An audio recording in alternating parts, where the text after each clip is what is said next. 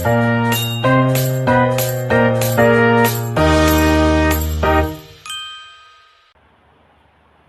teman-teman semua, jadi di video kali ini aku mau membahas tentang salah satu tokoh penting dalam ekonomi, yaitu Adam Smith dan juga konsep terkenalnya, Invisible Hand, serta gimana sih pemikirannya itu jadi dasar dari ekonomi klasik. Nah, siapa sih Adam Smith itu? Jadi Adam Smith ini adalah seorang ekonom dari Skotlandia. Dia itu hidup pada tahun 1700-an. Nah, dia itu dikenal sebagai bapak ilmu ekonomi modern karena pemikirannya itu benar-benar mengubah cara orang itu melihat ekonomi. Pada zamannya, Eropa itu masih pakai sistem yang namanya merkantilisme, di mana pemerintahnya itu mengatur hampir semua kegiatan ekonomi.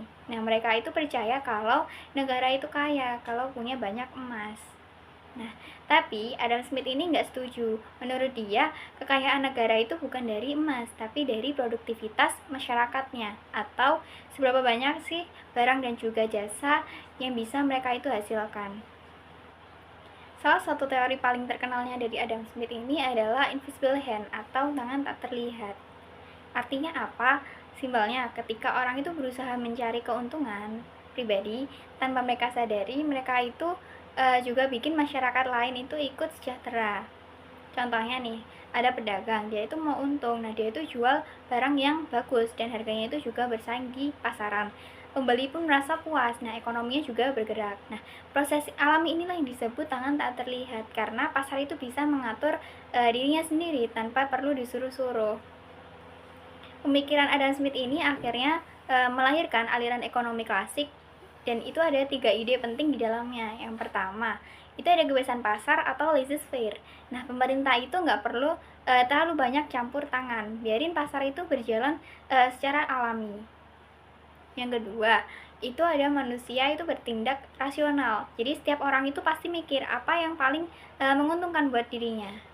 Nah, yang ketiga, itu harga ditentukan oleh pasar. Nah, naik turunnya harga itu hasil dari permintaan dan juga penawaran, bukan dari keputusan pemerintah. Tapi, pemikiran Adam Smith ini juga nggak sempurna ya. Dia itu lumayan percaya diri bahwa pasar itu bisa menyeimbangkan dirinya sendiri. Padahal di dunia nyata kadang ada masalah kayak ketimpangan, terus monopoli, dan atau juga bisa jadi krisis ekonomi. Nah, di situ itu pemerintah tetap perlu turun tangan supaya ekonomi itu lebih stabil dan juga adil. Jadi, Adam Smith ini adalah tokoh yang sangat berpengaruh dalam ekonomi.